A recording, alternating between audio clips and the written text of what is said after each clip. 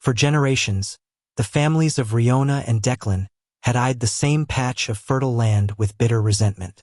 It was known as the Whispering Meadow, and each side claimed it as their own.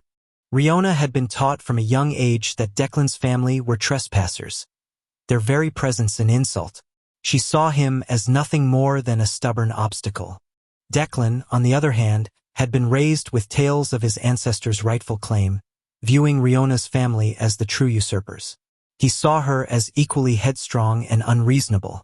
One blustery afternoon, both Riona and Declan found themselves near the Whispering Meadow, each checking their own fences, unaware of the brewing storm. Dark clouds gathered quickly, swallowing the sun. The wind howled, and rain began to lash down, turning the meadow into a muddy, treacherous expanse.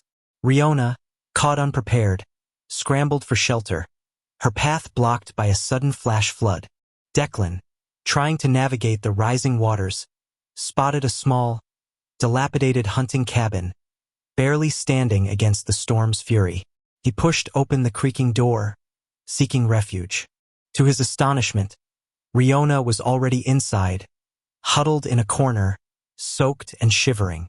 Their eyes met, and the air crackled with their inherited animosity, even amidst the storm's roar. "You!" Declan exclaimed, his voice barely audible over the wind. "What are you doing here?" Riona glared back. "The same as you, I imagine, trying not to be swept away." As the hours passed, the cabin groaned under the storm's assault. A section of the roof began to leak, then threatened to collapse. They had to act, and fast. "Grab that tarp," Declan shouted, pointing to a dusty sheet in the corner. Riona, without thinking, lunged for it. Together, they struggled to pull it over the collapsing section, their hands brushing. They worked in silence, a strange rhythm developing between them. As they secured the tarp, a small, forgotten fire pit in the cabin caught Declan's eye. "We need a fire," he murmured. Riona, remembering a trick her grandfather taught her, found some dry leaves and twigs. Declan, with a flint he always carried, struck a spark. A tiny flame flickered to life, casting a warm glow.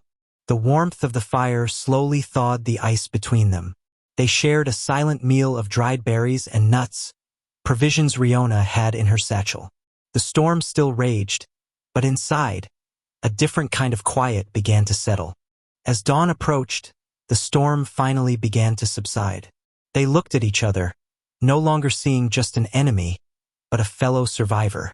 The Whispering Meadow still lay between their families, but for Riona and Declan, something had shifted.